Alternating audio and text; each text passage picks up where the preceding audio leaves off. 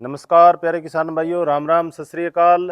हमारे किसान देश किसान भाइयों, आज का वीडियो बहुत ही महत्वपूर्ण है। आज पैडी के विषय में बारे में बात करेंगे, धान या जीरी के बारे में। किसान भाइयों, अब जो समय चल रहा है, बारिश थोड़ी सी रुकी है और पीछे जो बारिश का दौर था उसमें किसान भाइयों ज़्यादा नाइट्रोजन है, जो हवा में नाइट्रोजन गैस है वो 78% है, ज़्यादा फसलों को मिली।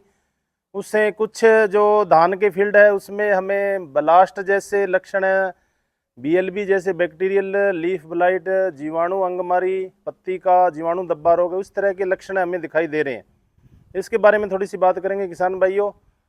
और जो डीएसआर पद्धति से किसान भाइयों ने धान लगा रखा है उसमें भी ये प्रॉब्लम ज़्यादा है। तो इसका मेन कारण है किसान भाइयों अक्षस मात्रा में खेतों में नाइट्रोजन जाना, क्योंकि हवा से भी नाइट्रोजन आ गई है। दूसरा किसान भाई है, जब बारिश होती है तभी भी यूरिया डाल रहे हैं।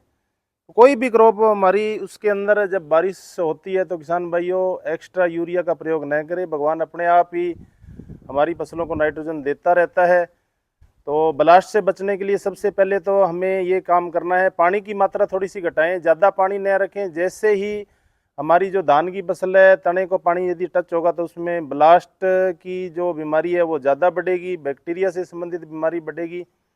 कभी भी धान में है जो 4 से 5 लगभग सेंटीमीटर से पानी है खड़ा नहीं रहना चाहिए, यानी लगभग 1 से डेढ़ इंच के आसपास पानी यदि रहता है तो ठीक रहता है। थोड़ा सा एक बार पानी सुखा दें। यदि आप क्रॉप के अंदर ज़्यादा टिलर लेना चाहते हो, अपना प्रोडक्शन ज़्यादा बढ़ाना चाहते हो, कल्लों की संख्या बढ़ाना चाहते हो, तो एक बार थोड़ा सा पानी सुखा दें। और बाद में जब भी किसान भाइयों सिंचाई करते हैं तो 10 किलो अपने सरसों की खड़ी लेनी है, उसको कूट पीट के और उसको पूरे खेत में छोटी छोटी पांथें लेके ब्रॉडकास्टिंग कर दें। आपके पास 1 एकड़ खेत है तो आप 15 किलो सरसों की खड़ी लें तो आपको बहुत ही अच्छे परिणाम मिलेंगे, टिलरिंग अच्छी होगी। और जो मार्जिनल फार्मर है और छोटे किसान है, वो छोटा सा लकड़ी का एक फट्टा रस्सी बांध करके और पूरे खेत में उसको घुमाए धान के, उससे पौधे थोड़े से टेढ़े होंगे और टिल्लर है वो ज़्यादा निकलेंगे, साथ में जड़ें भी हिल जाएगी। जड़ें हिलने से एयर संचार है जो अच्छा होगा। इस तरीके से हम धान की उपज को बढ़ा सकते हैं, टिल्लर की संख्या को बढ़ा सकते हैं। अब हम ब्लास्ट के बारे में बात करेंगे, शीथ ब्लास्ट, जिसमें तने के अंदर ब्राउन कलर के स्पॉट आ जाते हैं। स्पॉट जब हम पत्तियों पर देखते हैं तो ये 1 से 1.5 सेंटीमीटर किसानियों भाइयों लंबाई लिए होते हैं और इनकी चौड़ाई है वो लगभग ये मान सकते हैं अपने आधा इंच सेंटीमीटर के आसपास चौड़ाई होती है। और बीच में ये जो जैसे राख होती है, जब रोग की तीव्रता होती है इस तरीके से राख आकार के एपिडर्मिस यानी पत्ती के दोनों आर पार हो जाते हैं। तो ये हमें देखने, कई बार छितराए हुए बादल की तरह भी हमें स्पॉट दिखाई देते हैं।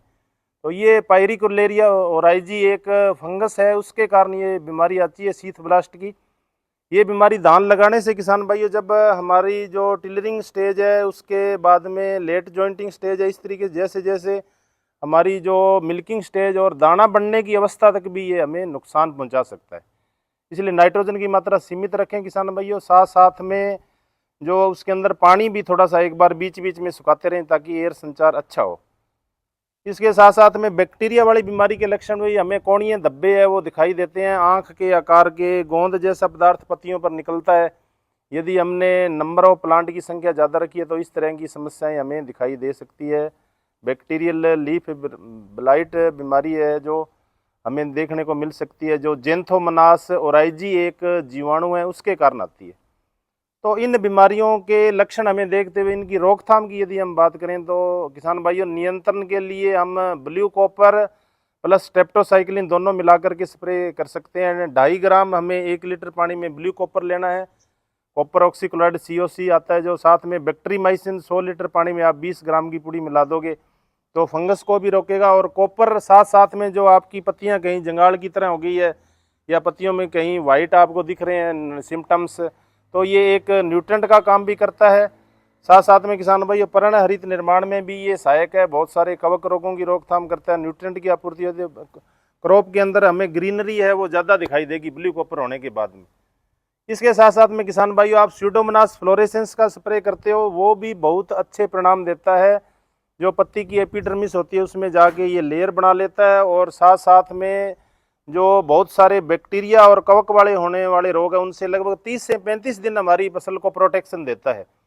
तो इस तरीके से इसका हम स्यूडोमोनास फ्लोरेसेंस की जो डोज की बात करें तो 5 ml 1 लीटर पानी में यानी हमारे पास 100 लीटर पानी है तो 500 ml मिलाएंगे, उसका स्प्रे कर देंगे तो इस बीमारियों से हमें निजात मिलेगी।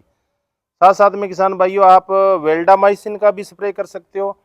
वेल्डामाइसिन है वो आप लगभग 2.5 से 3 ml 1 लीटर पानी में, साथ में बैक्टीरियामाइसिन मिला करके स्प्रे करेंगे तो इस बीमारी से हमें निजात मिलेगी। और यदि कोई फंगस वाली बैक्टीरिया वाली बीमारी है तो हम नए मोलिकुल में कस्टोडिया का स्प्रे कर सकते हैं। एजोस्ट्रोबिन प्लस टेबुकनाजोल है उसके अंदर। 2 ml किसान भाइयों 1 लीटर पानी में लेना, साथ में वही 100 लीटर पानी है तो अपने को 20 ग्राम जो है बैक्टीरियामाइसिन साथ में मिला देनी है। तो ये हम ब्लास्ट की बातें कर रहे थे, तो इससे हमें बहुत ही बेहतर परिणाम मिलेंगे। स्प्रे बिल्कुल अच्छी तरीके से करें, अपनी क्रॉप को डेली मॉनिटरिंग करें, देखभाल करें। पत्ता लपेट की कई जगह भी समस्या जो आ गई है तो किसान भाई उसमें पहले थोड़ी सी लेमडा साई एलोथ्रीन है 1 ml 1 लीटर पानी में मिला करके स्प्रे करेंगे तो पहले जो पत्ता लपेट की सुंडी है उसको कंट्रोल करें। उसके बाद में आप यदि यूरिया पूरी होगी है तो उसमें फटेरा का प्रयोग कर सकते हैं, बेहतर परिणाम मिलेंगे। कई किसान भाई केल्डान का प्रयोग भी कर रहे हैं। और यदि हमारी क्रॉप अभी टिलरिंग स्टेज में है तो किसान भाइयों आप रीजेंट का प्रयोग करें। रीजेंट से हमारे जो धान होते हैं उसमें कल्ले ज़्यादा निकलेंगे और लास्ट यूरिया के साथ में इसका प्रयोग कर सकते हो।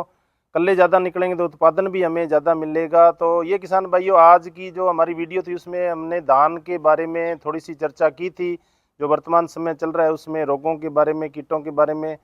मिलते हैं नेक्स्ट वीडियो में एक अच्छी जानकारी लेकर के धान के बारे में। राम राम किसान भाइयों। वीडियो आपको कैसा लगा ज़्यादा से ज़्यादा लाइक करें, शेयर करें, बेल आइकॉन का बटन दबाएं, दूसरे किसानों तक भी जो नित नई जानकारियाँ मिल रही है उसको पहुंचाएं। राम राम जी, सत श्री अकाल।